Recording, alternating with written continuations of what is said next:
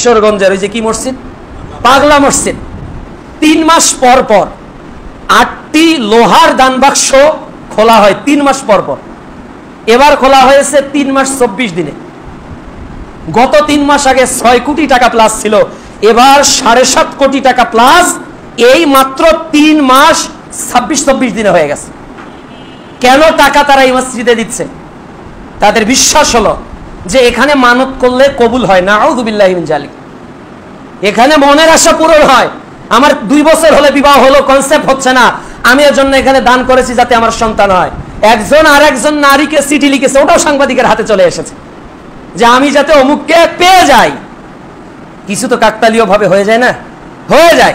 হয়তো 2 বছর কোনো মেডিকেল প্রবলেমের কারণে হয় নাই, হয়তো এর পরের মাসে হয়তো কনসেপ্ট হয়ে গেছে। এখন সে মনে করেছে এই পাগলা মসজিদই আমার বাচ্চা দেওয়ার মালিক।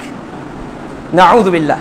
এই আকীদা কি মুমিনদের? পুলিশ এইবারই প্রায় 327 জন গনেছে টাকা, 327 জন। তার মধ্যে দেখলাম প্রায় 30 জন প্লাস হলো ব্যাংকেরই কর্মকর্তা। ব্যাংকেরই কর্মকর্তা 100 কোটি টাকা প্লাস ব্যয় করে তারা আর একটা আখড়া তৈরি করার পরিকল্পনা করছে।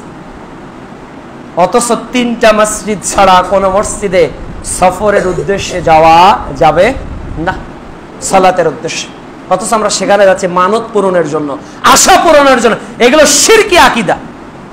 একটা মসজিদে গেলে এই মসজিদ যদি সোনা দিয়েও বানানো হয়, আর যদি কেউ মনে করে একটা নেকি বেশি হবে, এটা হলো বেদাত। একটা নেকিও বেশি হবে না, সোনা রূপা চাঁদি দিয়ে তৈরি করলে হবে না। সব মসজিদ সমান। কাজে এক মসজিদ 3 সেট, আর এক মসজিদে মাসে মাসে কোটি কোটি টাকা। তার মানে এই মসজিদ হয়েছে ভ্রান্ত আকীদার উপর প্রতিষ্ঠিত।